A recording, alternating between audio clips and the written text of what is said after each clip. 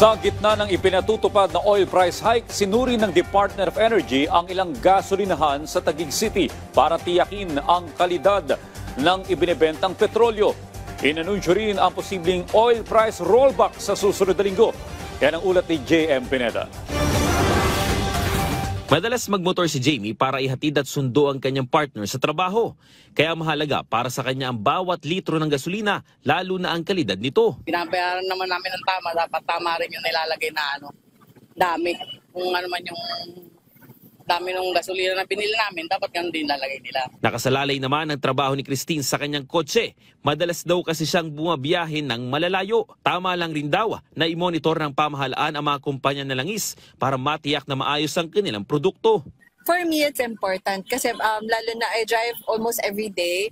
And if hindi maganda yung quality, of course, it affects our environment and of course our vehicles as well. Of course, very important. Regardless naman if our companies reimbursing our gasoline, syempre mini-maintain nila yung operational expenses for us. If sumobra or kulang, of course, we will not be able to work and deliver yung kailangan namin for the company. Ngayong araw, ininspeksyon ng Department of Energy ang ilang mga gasoline stations sa Taguig para matiyak na sumusunod ang mga ito sa Philippine National Standard. Tinignan ng ahensya ang quality at quantity ng mga ibinibenta nilang krudo. Dapat ay sakto o pasok sa tamang sukatan ang inilalabas ng kanilang dispensing pump. Ang mga nakuwang sample sa mga gasolinahan, isa sa ilalim ng DOE sa laboratory test. Regular inspection ng bureau namin is to check na compliant ang mga gas stations sa lahat na standards, tsaka hindi nadadaya yung mga consumers natin kung tama ba yung measurement nila, kung tama ba yung quality niya. Pagmumultahin naman ang mga gasolinahan na hindi papasa o babagsak sa mga pagsusuri ng DOE. 10,000 per dispensing pump.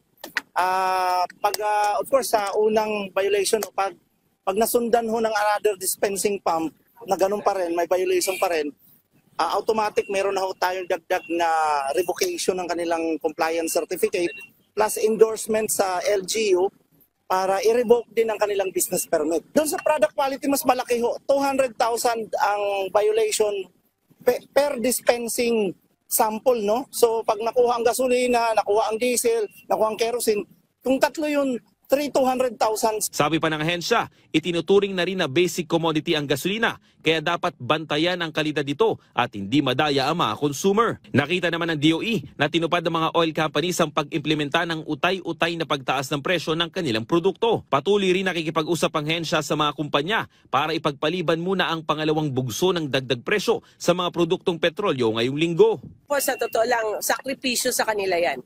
Kasi sinakripisyo na nila yung ilang araw na dapat pala 520 sana. So hindi sila nag-increase ng 260 kung kailan dapat sila. Every Tuesday kasi yan eh.